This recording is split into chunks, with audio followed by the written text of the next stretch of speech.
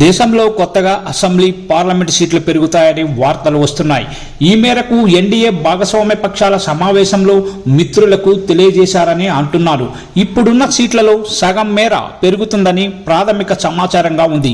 అలా చూసుకుంటే ఉత్తరాంధ్రలో ప్రస్తుతం ఉన్న 34 అసెంబ్లీ సీట్లు కాస్త 50+ అయ్యే ఛాన్స్ ఉందని అంటున్నారు. ఇందులో ఎక్కువగా ఉమ్మడి విశాఖ జిల్లాలో పెరుగుతాయని తెలుస్తోంది. ప్రస్తుతం 15 ఎమ్మెల్యే సీట్లు ఇక్కడ ఉన్నాయి.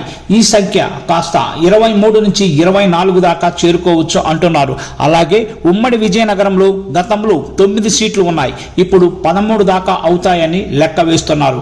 అలాగే ఉమ్మడి శ్రీకాకుళం జిల్లాలో 10 సీట్లు ఉంటే 15 దాకా పెరుగుతాయని చెబుతున్నారు. ఇలా మొత్తంగా 50 పై దాటుతాయని చెబుతున్నారు. ఉత్తరాంధ్ర జిల్లాలో ప్రస్తుతం 5 ఎంపీ సీట్లు ఉన్నాయి. ఇవి కాస్త 7 ఎంపీ సీట్లు అయ్యే వీలుందని అంటున్నారు. అందులో ఒకటి ఉమ్మడి విశాఖ జిల్లాలో రావచ్చు అని తెలుస్తోంది. రెండవది విజయనగరం, శ్రీకాకుళం ఉమ్మడి జిల్లాల మధ్యలో రావచ్చని పేర్కొంటున్నారు. మహిళా రిజర్వేషన్లు 3వ వంతు వర్తిస్తాయి.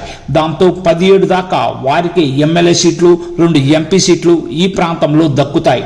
చాలా మంది ప్రస్తుతం ప్రజా ప్రతినిధుల వారసులు రంగంలోకి రావాలని చూస్తున్నారు. వారందరికీ ఇది బహుళ ప్రయోజనం కలిగిస్తుందని అంటున్నారు.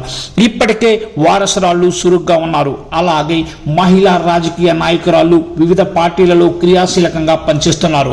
వారందరికీ ఇది ఒక బంగారు అవకాశంగా మారుతుంది. ఎంపీ సీట్ల విషయంలో కూడా రాజకీయ కుటుంబాలకు చెందిన బిగ్ షాట్స్ రంగంలోకి దిగే ఛాన్స్ ఉందని అంటున్నారు.